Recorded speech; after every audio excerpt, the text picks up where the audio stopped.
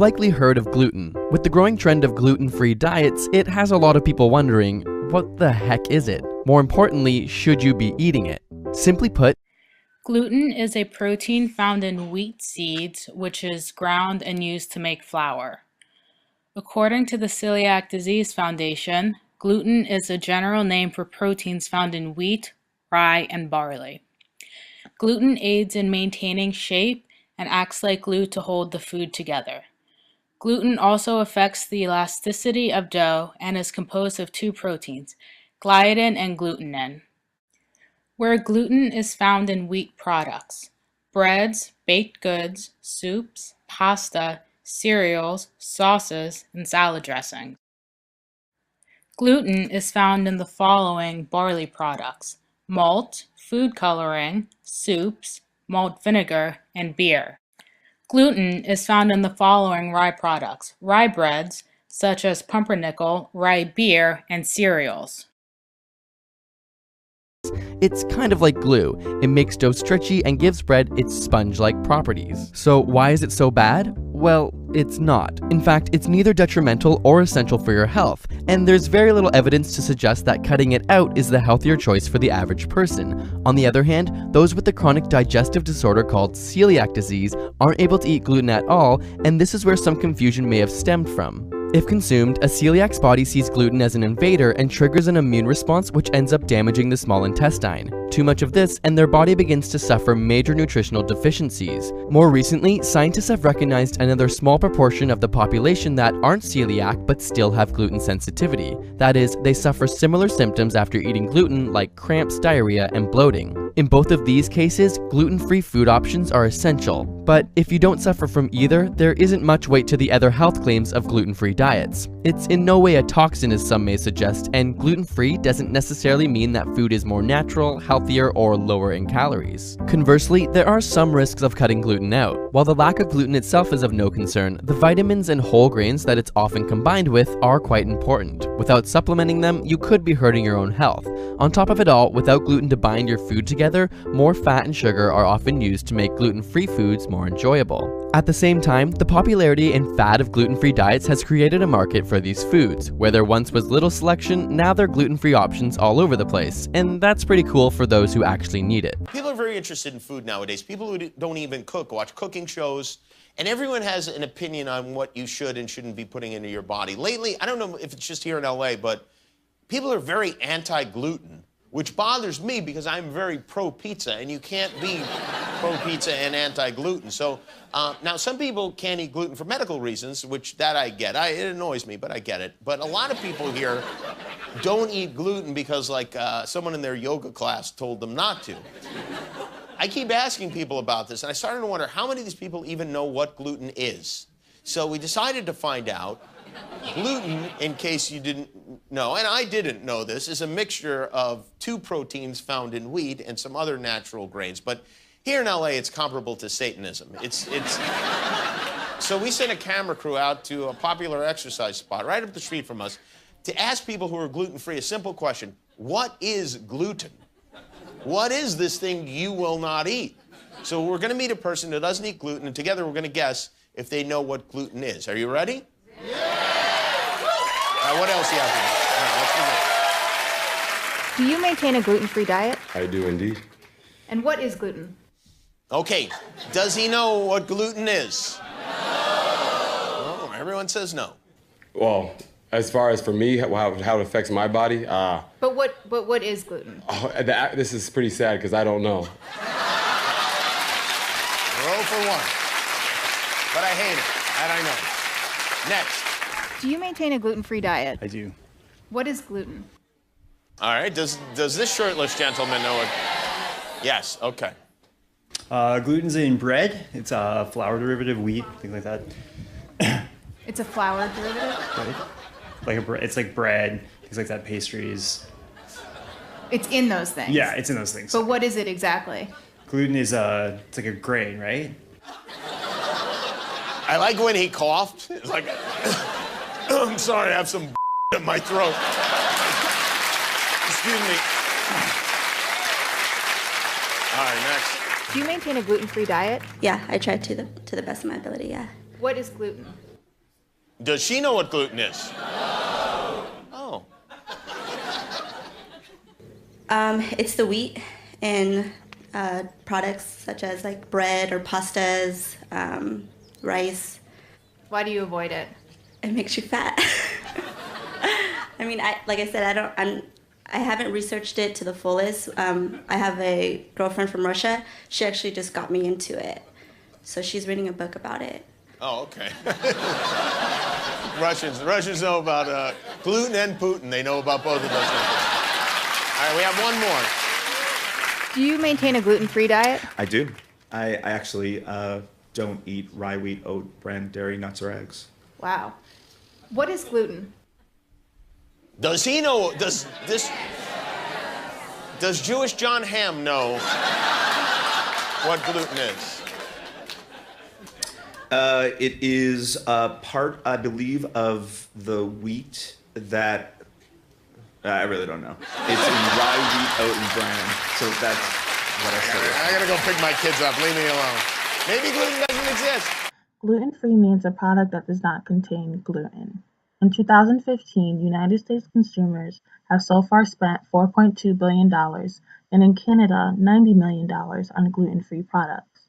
In 2014, United States consumers spent $7 billion on gluten-free items. On average, a family of four will spend $130 a week, which will add up to be $6,760 a year of gluten-free meals. The standard gluten-free shopping list consists of kale, almonds, walnuts, olive oil, coconut oil, grass-fed beef, free-range eggs, chicken and turkey, avocado, mixed greens, spinach, broccoli, wild salmon, onions, garlic, bell and black peppers, goat cheese, shredded coconut, and berries in moderation. Some gluten-free recipes include tasty options such as honey nut granola, eggs benedict with zucchini pancakes, zucchini pasta with Alfredo sauce, slow-roasted salmon with mustard glaze, kale chips, cocoa berry protein shakes, chocolate coconut mousse, and so much more. A person who eats gluten-free will eat meals that have healthy fat, protein, vegetables, low-sugar fruits, and herbs, seasonings, and condiments that do not contain gluten, wheat, soy, and sugar. They also eat non-gluten grains, beans, peas, carrots, parsnips, whole sweet fruit, cow's milk and cream, cottage cheese, yogurt, sweeteners, and wine in moderation. Going gluten-free seems to be the newest dietary trend that many people are following, even if it's not mandatory for one's health. This trend was brought on by an increased number of cases of celiac disease and gluten sensitivity, also referred to as gluten intolerance. This graph shows the number of incidences from the years 1990 to 2010 of celiac disease in the United States. Being diagnosed with celiac disease or gluten sensitivity come with the same recommendation of avoiding gluten-containing foods. However, both are different in the way they affect the body. Celiac disease, also known as gluten-sensitive enteropathy, is an autoimmune disease that affects the small intestine, causing it to become inflamed when gluten is digested. Non-celiac gluten sensitivity is often interchanged with gluten intolerance. There are cases where symptoms are less severe, which may be considered gluten sensitivity, whereas severe cases would be labeled as gluten intolerance due to the intensity and length of time symptoms last. Gluten sensitivity differs from celiac disease in that the body views gluten as an invader, causing a direct response from the form of inflammation inside and outside of the digestive tract, and with the disorder of one's own tissue, it is not attacked as we see with celiac disease. Once gluten is removed from the body, the inflammation goes away, unlike the symptoms associated with celiac. Celiac disease and gluten sensitivity are becoming increasingly more prevalent, as we can see with the increased number of retailer sales of gluten-free foods. Between the years 2009 to 2014, the United States showed to have the largest increase in gluten-free retail packaged food market. Celiac disease affects 1 in 133 Americans. There has also been an increase in number of people who are not gluten sensitive and who are buying gluten-free foods in the United States. This graph shows the consumers' reasons for eating gluten-free products in the United States in 2013, with the top reason being other than intolerance or sensitivity.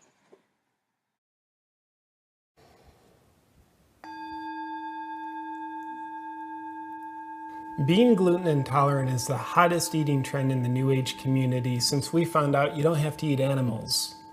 Gluten is the new animal you don't have to eat. Being gluten intolerant used to be limited only to those who are actually intolerant to gluten. But with the cutting edge information I'm sharing with you in this video, you too can be gluten intolerant regardless if you're truly intolerant to gluten or not. Being gluten intolerant is a fantastic opportunity for you to assert your dominance on the lives of everyone around you, which helps improve your life. So if you're ready to have a ravenous appetite for impossible standards and dogmatic feelings of victimization, then let's get started on what you need to do to become gluten intolerant. Be restaurant savvy. Go to regular restaurants and order. After they've brought you exactly what you've ordered, you discover there's gluten in it. This is the exact time you'll want to profess your gluten-free morals to the waiter. Is there gluten in that pizza? Yes. I didn't know that when I ordered it. I can't eat that. I'm gluten intolerant. It's a condition. You're gonna have to take that back. Tell people about your most disgusting bodily functions. Being gluten intolerant means you're entitled to tell people about the offensive things that happen to you if you eat gluten. Because they're not gluten-free, they're obligated by law to listen. I would get diarrhea on the spot. I mean, I would literally explode right now if I ate any gluten. Then I'd have bloody diarrhea every day. No, I said bloody diarrhea. What do you think I said? These don't have any gluten in them, do they? I'm starting to get a headache. I think those had gluten in them.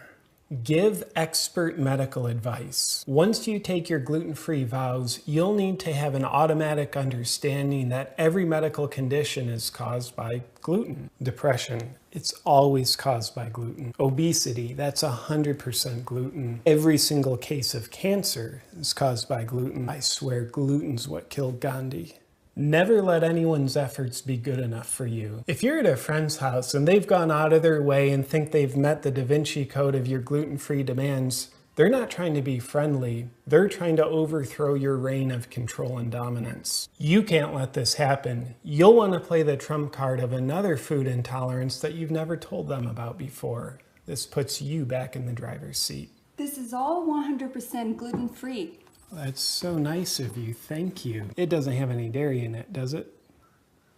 Because I can't eat dairy either. Know your nutritional facts. Since being gluten-free is a nutritional philosophy based entirely on what not to eat, you don't know what you're actually supposed to eat. This means you have zero knowledge of what good nutrition actually is. But don't worry about that. To fill this small little loophole, you'll need to preach with conviction that anything that has no gluten in it is healthy for you. Want some? They're gluten-free. You need as many as you want. So good for you. Don't I look more vibrant from these? I feel like my bones are getting stronger. Pretend to enjoy gluten-free alternatives. Let's say you find a new gluten-free bread. How are you supposed to enjoy this coagulation of mysterious flours that form a brick with the density of a black hole in the dryness of a desert? Answer, you're not. You're supposed to pretend to. This is like paying your membership dues to belong to the high society of being gluten intolerant.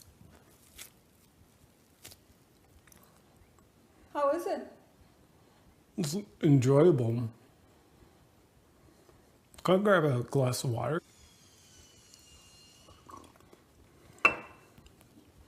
Condescendingly enjoy new gluten discoveries. When you learn of a new food that has trace amounts of gluten in it, enjoy the renewed sense of purpose that floods into your life while you sit on top of your moral high ground made out of rice flour. Did you know now they're putting gluten in potato chips? I didn't know that. Glad I'm informed. Seclusion makes gluten healthier. Understand that when no one's around, you somehow become less gluten intolerant. How does this happen?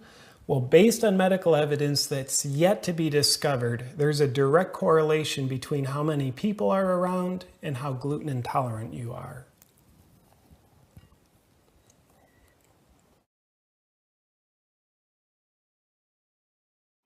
Symptoms of celiac disease in children are usually digestive in nature and include abdominal bloating and pain, chronic diarrhea, vomiting, constipation, weight loss, fatigue, enamel defects, irritability, and short stature. Symptoms of celiac disease in adults are usually diarrhea, fatigue, bone or joint pain, arthritis, depression, anxiety, migraines, and iron deficiency. The first way to diagnose someone with celiac disease is to perform a blood test. The most commonly used blood test is the TTG-IgA test. The next step in being diagnosed is to have an endoscopic biopsy done on your small intestine. This biopsy will be able to show if there is any damage to your small intestine associated with celiac disease. If the diagnosis is positive for celiac disease, the only treatment is to go on a gluten-free diet.